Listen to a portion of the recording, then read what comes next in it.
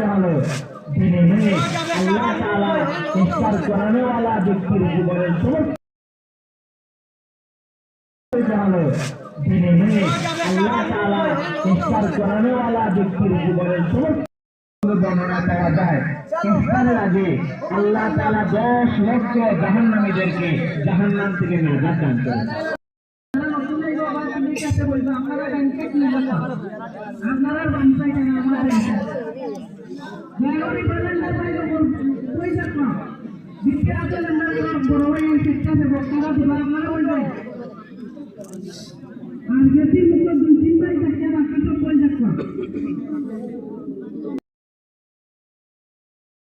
জানো দিনে দিনে আল্লাহ তাআলা ইফতার করানো वाला ব্যক্তির জীবনের সমস্ত বর্ণনা পাওয়া যায়।